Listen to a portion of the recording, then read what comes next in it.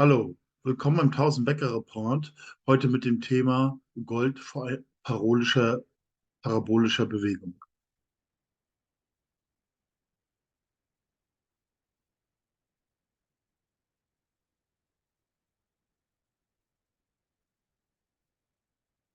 Disclaimer: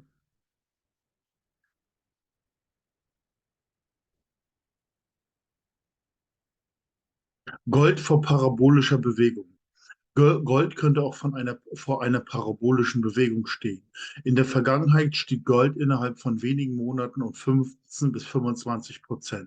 Wenn Gold den Widerstand bei 2080 $ durchbricht, dann besteht eine hohe Wahrscheinlichkeit, dass Gold um 25 bis 50% auf 2500 bis 3000 $ vor Jahresende 2023 steigt. Timen kann man das nicht, aber man muss vor dem Ausbruch investiert sein.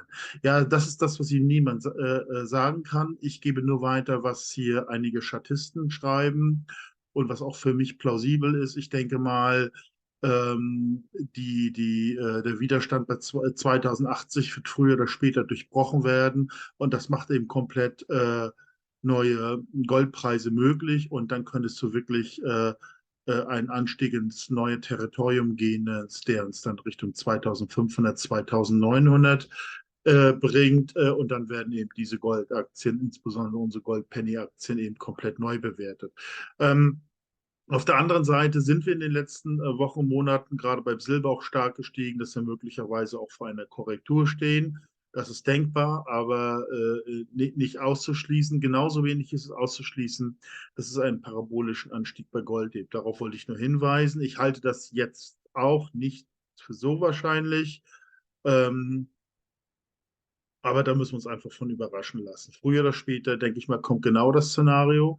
Dieser Widerstand wird nachhaltig durchbrochen, und das löst dann diese Art von Rallye aus. Das, glaube ich, kommt früher oder später dazu.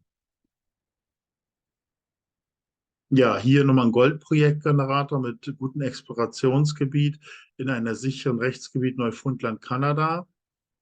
Ja, die haben mehrere Projekte eben auch im guten Gebiet.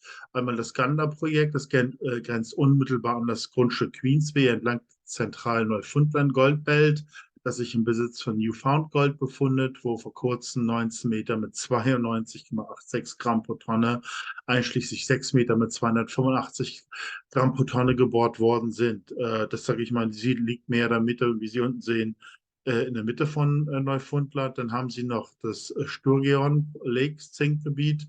Das liegt innerhalb der Zink-, Kupfer- und silberhaltigen polymethanischen Sturgeon Lake Grenzzugbelt in Nordwesten Ontarios. Das haben sie 4500 Hektar.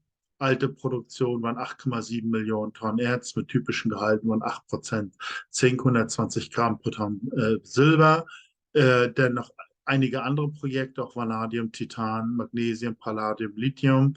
Also das Unternehmen hat meiner Meinung nach durchaus sehr interessante Gebiete in einer sehr guten Lage. Meiner Meinung nach ist der Boden definitiv hier erreicht worden. Sie sehen, wo es gestiegen ist, von Anfang 2020, von der Corona-Krise, auch von 5 Cent auf 30. Und jetzt hat es eigentlich die Reise wieder runtergemacht von 30 auf 5 Cent.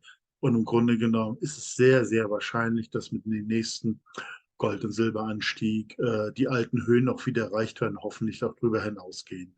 Wie gesagt, es ist im Augenblick nicht bewertet. Gold- und Silberaktien sind unterbewertet, und wir müssen halt einsammeln, solange die Stimmung schlecht in dem Sektor ist. Wenn sie wieder gut ist, sind das meiner Meinung nach diese typischen Aktien, die dann auch eben 1 $ oder mehr erreichen können. Das Ganze ist natürlich hohes bis sehr hohes Risiko, wie immer keine Kaufempfehlung. Trotzdem eine Aktie mit einer guten Anzahl von Projekten, einem sehr guten Rechtsgebiet, das vom nächsten Gold- und Silberboom meines Erachtens profitieren sollte. Ja, nochmal ganz generell, wo wir uns befinden. Auch wie ja schon angedeutet, dass ein parabolischer Anstieg jetzt auf 2500, 3000 erfolgen kann. Genauso gut kann rein von den Charts her auch ein Anstieg auf 8500 innerhalb von einem Jahr erfolgen, was vermutlich versucht werden wird zu verhindern, aber möglicherweise kann man das auch nicht mehr richtig. Also in den 1970er Jahren hatten wir eine ähnliche Situation. Dort gab es, sage ich mal, hier auch einen Anstieg von 35 Dollar auf 200, dann abgesunken auf 100, wieder auf 200 hochgearbeitet. Dann kam im Jahr 1979 dieser parabolische Anstieg und da wurden eben noch ganz, ganz, ganz große Goldaktiengewinne gemacht. Absolut identisch. Auch hier haben wir die Tasse geschlossen. Hier ist der Henkel dran.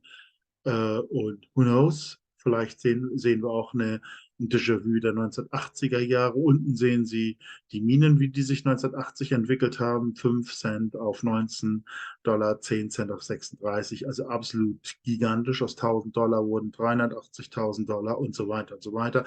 Passiert auch nicht oft. Aber es gibt eben doch einige Zeichen, wo große Gewinne mit Goldaktien zu machen sind. Das war eben ganz früh hier bei den 2000er, wo das wirklich von dieser absoluten Tiefe hier hochgegangen ist. Das ging dann bis mehr oder weniger bis zur Finanzkrise. Dann wäre es sicherlich interessant gewesen, in der Finanzkrise nochmal reinzuschalten und diesen parabolischen Move bis 2011 hätte man mitnehmen können.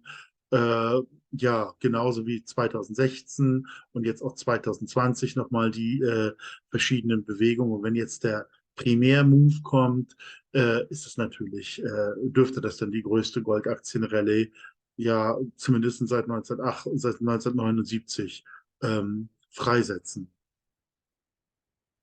Ja, was steht bevor? Wir denken eben, was wir jetzt als nächstes sehen werden, ist ein Anstieg auf Silber 50 Dollar, ganz ähnlich hier wie 2011. Dieser Kaminanstieg oder parabolische Anstieg, wie man nun will, das ging in 8 Monaten über die Bühne und jetzt vielleicht auch in 8 Monaten und das setzte eine ungeheure Goldaktienrallye mit bei. Und dann ist es natürlich interessant, in solche Penny Stocks, die hier 2, 3, 4 Cent gekostet haben, zu investieren.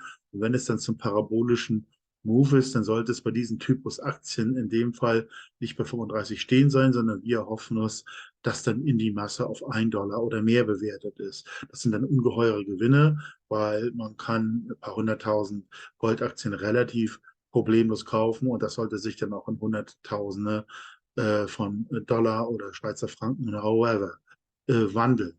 Ja, das denken wir ist, sage ich mal, erster Schritt.